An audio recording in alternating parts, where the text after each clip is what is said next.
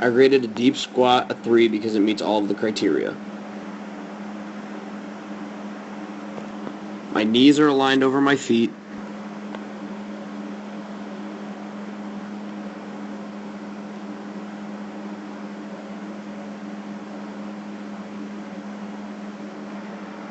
My torso is parallel to my tibia.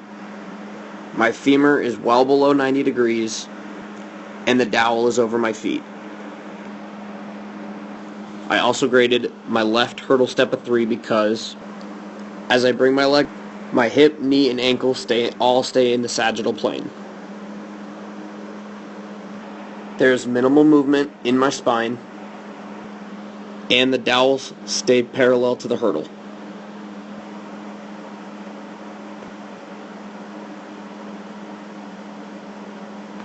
However, I graded my right hurdle step a 2 because as I bring my leg back over the hurdle,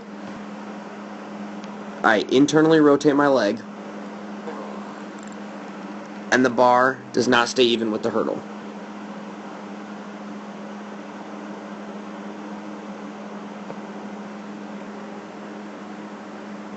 I graded both my right and left lunge a 3 because dowel contact is maintained throughout the lunge.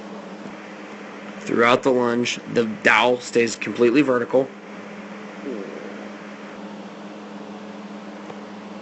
There's no torso movement noted.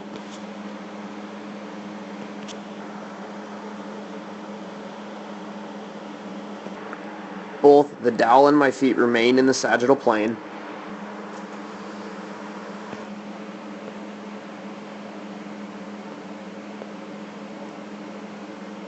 And as I reach the bottom of my lunge, my knee touches the board behind the heel of my front foot.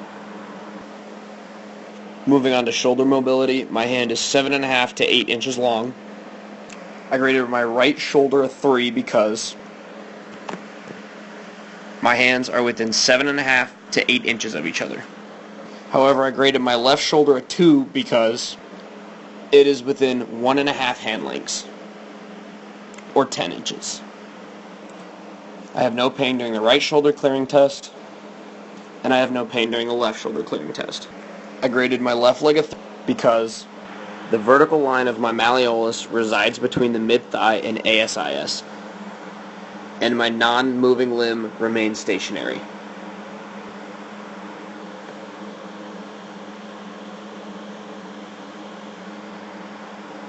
I graded my right leg raise a 3.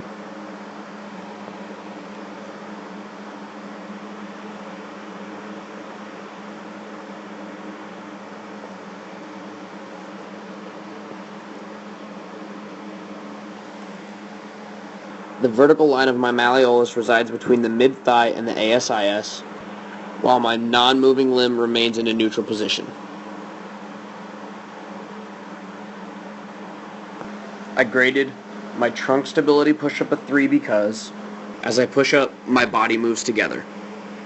Also because this was performed with my thumbs aligned with the top of my head.